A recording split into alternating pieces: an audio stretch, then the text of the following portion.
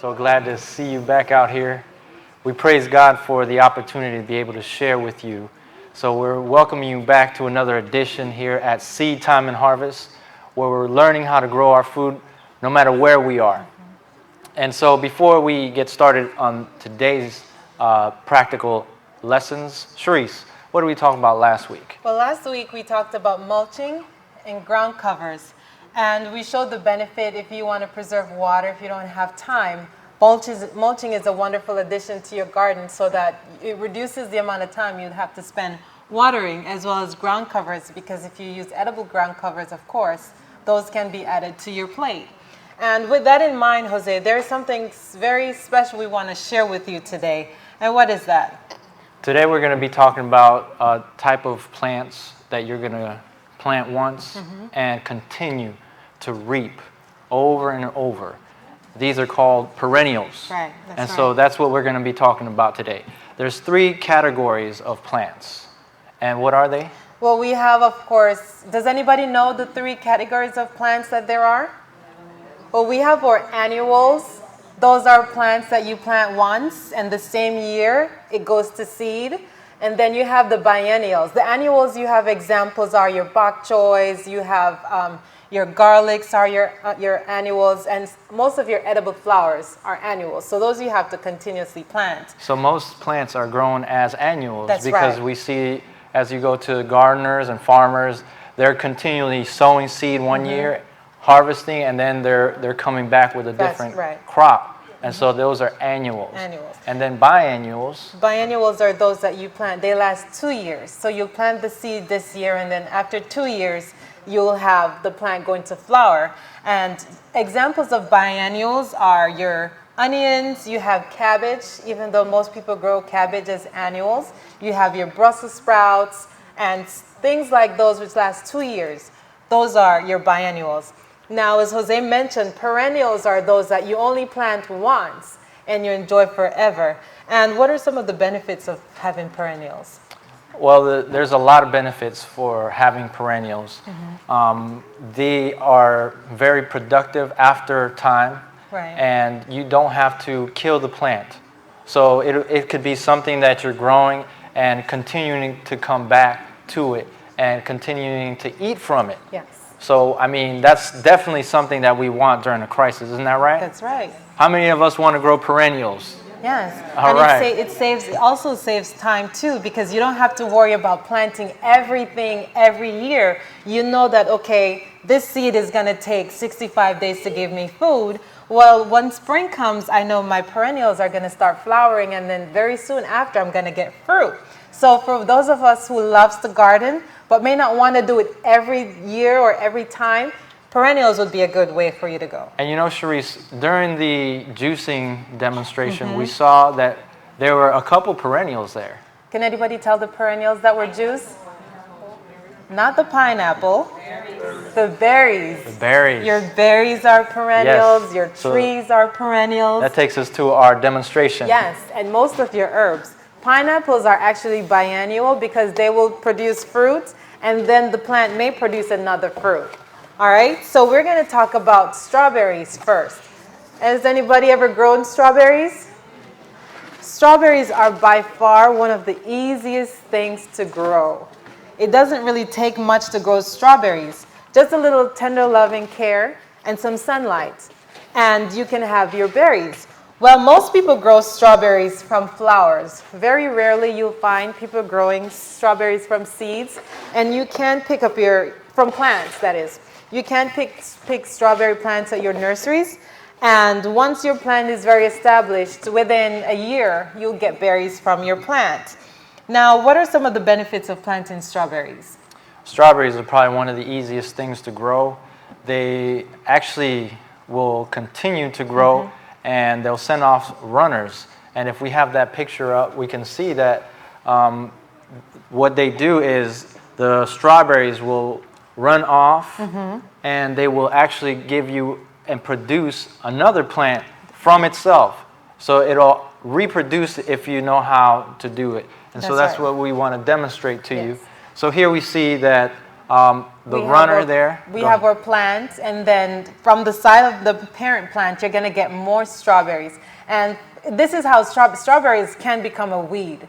We have to contain our strawberries because they will keep, after the plant has done fruiting, by about July, within 3 weeks, you're going to start seeing runners and more plants jumping all over the place. So you'll prune it to contain your berries. Now, if you have your plant in a pot, what we'll generally do is we'll set a cup under the base of the runner, not cutting it from the parent, because it's going to send down roots, and that's how you're going to get a new plant.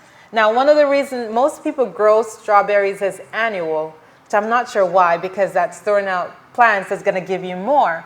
Because the young plants give you the best strawberries. The old plants generally don't. So most gardeners, they'll take the old plants out and then they'll replant more in fall. But if you get your runner, that's a new plant. So instead of throwing it out, that parent plant will continuously send out runners. And so there is a right way to plant strawberries as well as there is a wrong way. The first time we planted strawberries, not all of them, but I went back and I checked, and most of the plants were gone. And we have a picture showing, and we are going to demonstrate how to successfully plant your strawberries. Now, while we're waiting for that picture, I also want to mention that the strawberries love a slightly acidic soil. So the mixture is going to be a little bit different from our previous vegetable soil.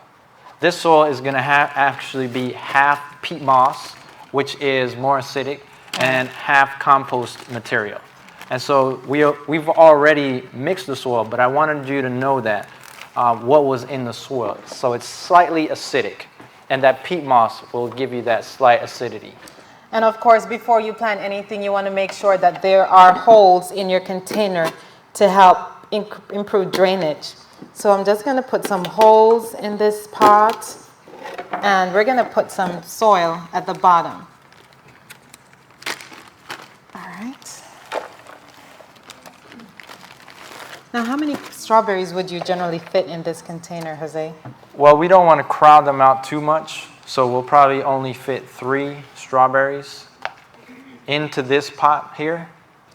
And we'll also be adding some acid mix fertilizer, so that we have the right amount of acidity. So everything that we do here, we will show you. And so what Sharice is doing now is trying to locate the crown so that she can make sure that she plants it right at the crown. When you purchase strawberries, you can actually plant strawberries from bare roots. You can order them and they'll come in just the root. It's still alive. You put it in the soil and then the leaves will follow shortly. Or you can actually purchase the plants. Now here you see a strawberry plant with its root. And this is called the crown. As you'll see on the picture, this is the crown of the strawberry. Now if we plant at the crown, our plant will be very productive. If you plant where the soil is at the level of the leaf, then you've planted your strawberries too low. And what will happen if we plant our strawberries that deep, Jose? If you plant them too deep, the plant will actually rot. If you plant them too shallow, the roots will dry out. That's right. So you want to make sure you get it right at the crown level. Yes. You plant it at the crown. And we're going to put some more strawberries in this pot. And these are actually, I don't know if I've mentioned it before, these are strawberries that we pull from our garden so we can use for this demonstration. It will take a lot for you to actually kill a strawberry plant. So it's very easy to grow and it will come back. You can move your perennials. There is a right way and a wrong way to move your perennials.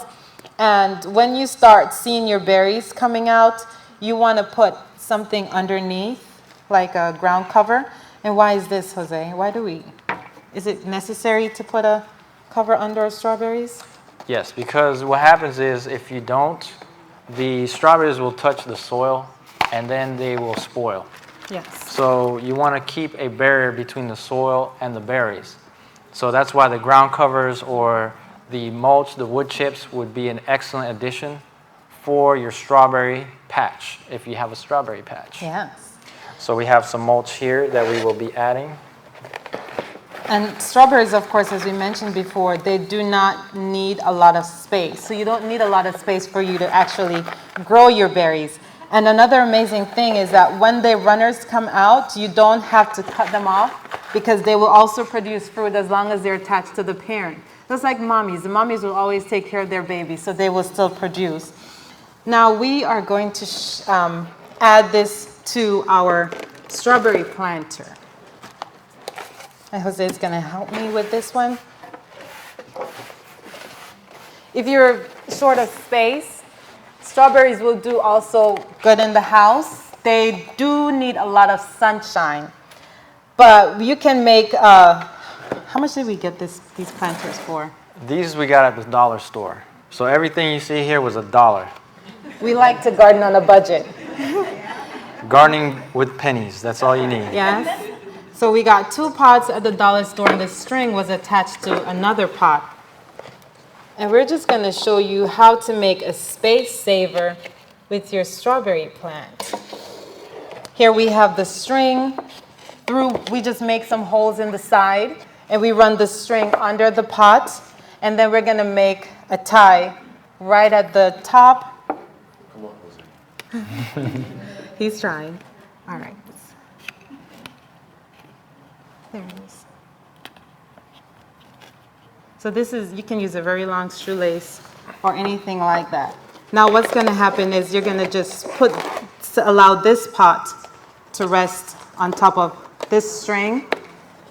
And you can add another one to it. And you can hang this in your house for $2.50 because this one was attached to another dollar store pot. And this will hold. You water and the water will drain from this pot into the next, so you'll just put something underneath to catch the excess water. And there you have 6 strawberries growing in a pot that you can have a lot of fruits from. In our home, we actually compete with our youngest son and the squirrels for strawberries, so it's good to have a lot of berries.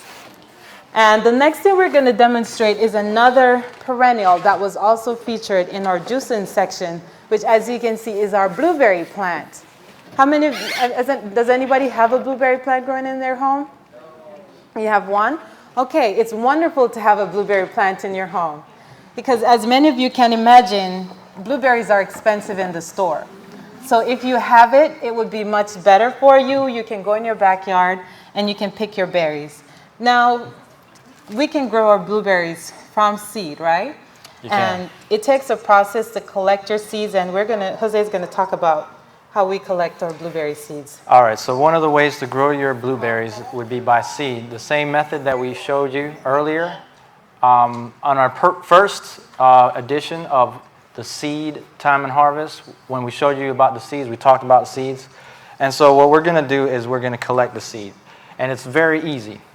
What you do is you get your blueberries. So you get a bundle of blueberries and you put it into a blender. And you blend it for 10 seconds into some water, and this is what you will get. So it'll look like this, the mixture, once you blend it for 10 seconds.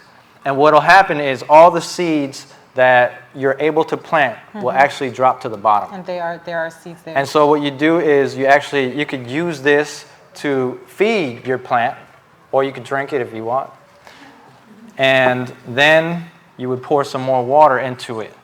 And if you look at it, let me see, shake it up. You see there are the seeds. Seeds for the berries. And then this is what it's going to look like after we've collected our blueberries, multiple washing and blending, and the viable seeds will fall to the bottom. Those are the ones that you want to plant. All right? And so what you do now is the same method that we showed you. You're going to wet your paper towel. And you're going to get a spoon. Do we have a spoon up here? No, we left our spoon. So we're just going to right. knock it out on the paper towel. And here you can start your own blueberry farm. So you don't have to worry about going out to pick your blueberries. Onto our napkin, and then we'll just spread it out. Now, how long will it take for these seeds to germinate? Now, usually blueberry seeds take a while. They might even take up to 30 days to germinate. Yes. With this method, though, will germinate in approximately 2 to 3 weeks. So it'll be much faster. And so what you want to do after you wet that, you put it inside. Now, is this any different from how we sprout our regular seeds? Do we put it in the same place? Well, you can put it on top of your refrigerator on that warm spot. Or since now it's getting hotter, you can put it in if you have a dark place where it's warm. If you have a garage, you can put it in your garage. And as long as you don't need any light. So a dark, warm place. And then you have your moisture in the napkin and your air in the bag. So the 3 things that you need is the warmth, the air, and the moisture. Those are the 3 things that you need when you're sprouting your seeds. Now, can we apply the same principle for saving our strawberry seeds? Absolutely. So you can do the same thing for your strawberries. They also take a while for you to get them from your seed. So it's easier to buy plants, and then you get a bunch of plants from that one that you get. Yes. As we showed you with the runners. Right. Because if you plant one strawberry seed, it'll take about a year for you to be able to get fruits. Right. And if you plant a blueberry seed, how long does it take for you to get For the fruit? blueberries, for you to actually get blueberries, will take up to 3 to 4 years. You'll be waiting. Yes. So we don't recommend you waiting for the germination. Would that be a crisis food? It will not be a crisis food if you plant your blueberries right now. Okay. And that's the thing. That's we don't it. want you to wait. Because with fruit trees, they'll take 3 years to produce. So Right. you need to start your garden now. Now So is the time. if we're going through a crisis, I want to make sure I have my blueberries. Right. And so I'm going to be already having my seeds ready. Also, I'm going to go and buy some plants. That's right. Another benefit of buying the plant is that you actually know what you get. Right. With the blueberry seeds, you won't know what you have. You can taste your blueberry and eat it. And it may be sweet. You're like, oh, I want this blueberry. Let me grow this. But you won't get that one. Right. Why? Because what happens is they're open pollinated. And so all of them will be hybrid seeds. All the ones that you're eating are hybrids. So for you to get the one that you know you're growing, you're going to have to buy the plant, and then you will know what you have. Right. And so get yourself a blueberry bush, And this is the and start season. germinating Yes. it now. Don't wait for the crisis. And this is the season for blueberries. So whatever if you want to buy a plant or if you want to buy fruits, it's best to buy it in season. Because now we found fruit trees that we generally pay $35. How much we found them for? Around $7 to $10. $7. $7.50. We found our fruit trees for. We bought apples. Where? We got them at Walmart. We've got a pear tree. We got peaches. We got apples. Generally, we pay $35 for a 6-foot tree, and we have apples on our tree that we purchased. That's right. Yes. So it's best to buy in season. So it's cheaper. Even now, there are blueberries farms that are open. At the end of the season, they're going to be cutting back their bushes. So you can stop by your blueberry farm and you can get a blueberry plant. So it's best to buy things in season and start now because, of course, if you can start it from seeds, but you'll have 4 years. If you if you get a plant, then next season, you'll have some blueberries. Now, a few more things I want to mention about the blueberry. The blueberries like high acidic soil. Right. So your mixture is going to be more peat moss to it. So you're going to have half peat moss instead of a third of the peat moss for the strawberries. Half peat moss, half compost, and add your fertilizer, your acid mix fertilizer. And here at the bottom, if we can get a shot of the bush down here. Are we seeing that bush down here? The bush down here? All right. We actually have an interesting history about our pots. Let me tell you about this pot here. How much do you think we pay for this pot? $1? You might think, oh man, if you were to go to the store, you probably pay like $5, $10 for this pot. It's a nice sized pot. We actually paid nothing for it. We went to a nursery and they actually had cracks on the bottom. If you look at the bottom of this pot, you'll see that it's cracked. And so what we did, we used the burlap again. Left over from our basket.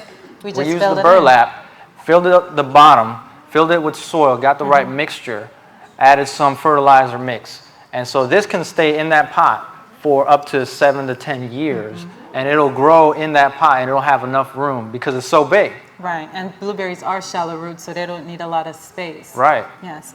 If you find nurseries, those are an excellent way to go, Jose, and I'm glad you mentioned that. Because for you to garden, especially if you don't have yard space, you are going to need pots.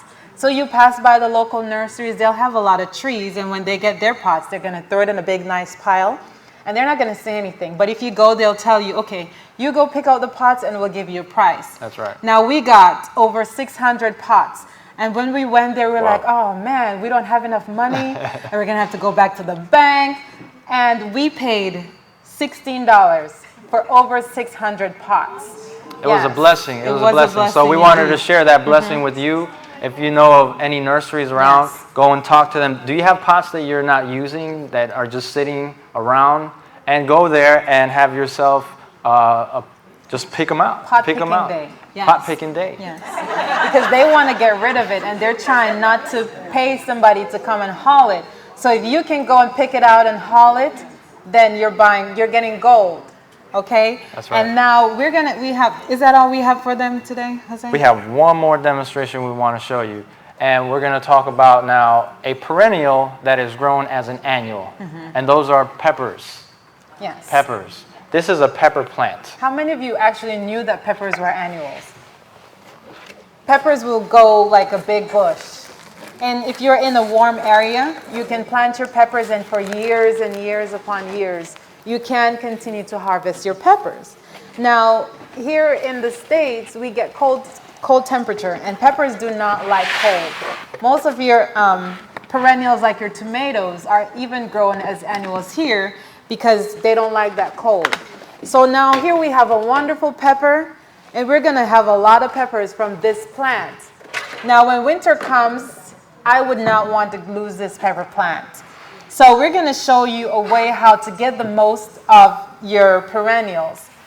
Now what we're gonna make sure we water this plant because it was just transplanted. And maybe the root ball will fall apart, maybe it will stay in place. Now, what are we going to do with our plant, Jose? So what we're going to do is this is going to be like the ground. So we're going to make it as if we're planting it in the ground. So use your imagination. And so we're going to dig the ground. Just push it to the side. Okay. Let's put it in here. And many of us don't have a backyard space where we can garden, right? Okay. So with this method, you will actually get the majority of your trees, because before we move, we've been at our home currently for 2 years, and we've been planting trees for over 5 years. Now, instead of moving and purchasing our trees, what we did, we got our plants, we put them in a nice sized pot. And what we do is we cut the bottom of the pot.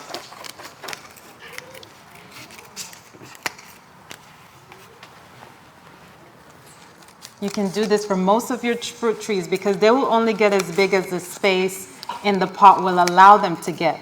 Now, when we cut the bottom of our pot, of course, your roots are going to be free and they're going to have a field day in your yard. You can bury the whole pot or you can bury halfway. Depends on your strength and your ability to dig. But what we would do is we would cover our pot. We would put all this dirt back in and we'll cover our pot. And the roots are gonna go down wherever they wanna go, and we're just gonna get so much peppers because of course we have all that root space. And so here our pot is covered. We've been through summer, we've been through fall, and winter is coming. And what am I gonna do now?